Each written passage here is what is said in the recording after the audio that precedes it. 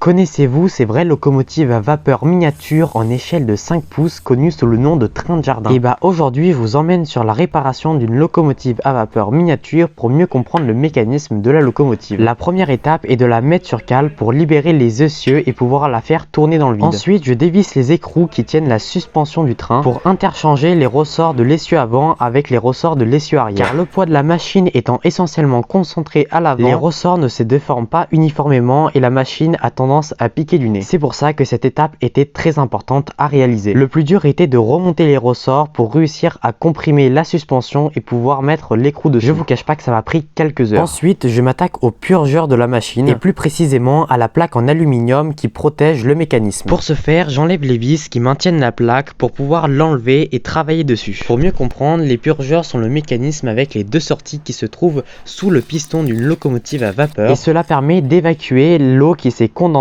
à l'intérieur du piston. Sinon, il se retrouverait bloqué par l'eau et la locomotive ne pourrait pas avancer. Et donc, pour améliorer cette évacuation d'eau, je vais percer deux trous sous les purgeurs sur la plaque en aluminium qui protège le mécanisme. Étant donné que l'aluminium est un métal très compliqué à percer, je vais commencer avec une mèche à faible diamètre jusqu'à finir avec une mèche de mon diamètre final, c'est-à-dire 10 mm, tout en rajoutant de l'huile régulièrement pour éviter que ma mèche chauffe et se déforme, même si les copeaux de métal sur mes mains n'étaient pas du tout froids. Et une fois mes perçages finis, je viens limer les bords. Après ça, il ne reste plus qu'à remonter les plaques sur les pistons pour qu'elles continuent leur rôle de protection du mécanisme. Et vu que certaines vis étaient plus inaccessibles à remonter, j'ai décalé les bielles pour avoir une meilleure accessibilité sur mon zone de travail. Ne pas oublier que ces vis sont aussi très importantes car elles permettent l'étanchéité du piston. Sans ça, la vapeur sous pression partirait directement de la locomotive au lieu de pousser le piston. Ça n'aurait donc pas trop d'intérêt. Quand toute la manœuvre est finie, j'enlève les cales et je peux faire quelques essais de roulement pour voir si tout refonctionne bien. Avec les ressorts de nouveau fonctionnels. On dirait pas, mais tout ça m'a pris toute la journée car c'est beaucoup de tâches minutieuses à réaliser avec beaucoup de patience à avoir. J'espère que cet entretien de locomotive à vapeur vous a plu et n'hésite pas à t'abonner si tu veux avoir d'autres contenus sur le chemin de fer.